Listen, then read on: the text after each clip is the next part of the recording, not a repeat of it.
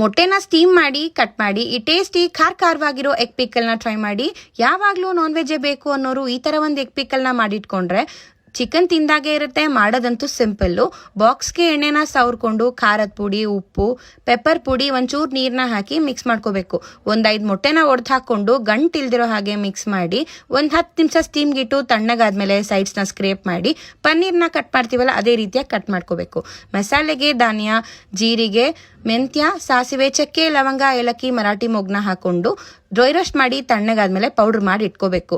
ನಾನಿಲ್ಲಿ ಬಳಸ್ತಾ ಇರೋದು ಮಿಸ್ಟ್ ಗೋಲ್ಡ್ ಅವರ ಕೋಲ್ಡ್ ಪ್ರೆಸ್ಡ್ ಮಸ್ಟರ್ಡ್ ಆಯಿಲು. ಎಲ್ಲ ಅಡುಗೆಗೂ ಪರ್ಫೆಕ್ಟ್ ಆಗಿ ಸೂಟ್ ಆಗುತ್ತೆ. ಮಸ್ಟರ್ಡ್ ಆಯಿಲ್ ಅಲ್ಲಿ ತುಂಬಾನೇ ಹೆಲ್ತ್ ಬೆನಿಫಿಟ್ಸ್ ಇದೆ. ಎಲ್ಲ ಲೋಕಲ್ ಸ್ಟೋರ್ಸ್ ಅಲ್ಲಿ ಅವ್ರ ವೆಬ್ಸೈಟ್ ಅಲ್ಲಿ ಕೂಡ ನೀವು ಪರ್ಚೇಸ್ ಮಾಡಬಹುದು. ಕಟ್ ಮಾಡಿಟ್ಟಿರುವಂತಹ ಮೊಟ್ಟೆನ ಎಣ್ಣೆಗೆ ಹಾಕಿ ಫ್ರೈ ಮಾಡಿ ಸೆಡಲ್ ತೆಗೆದಿಟ್ಕೋಬೇಕು.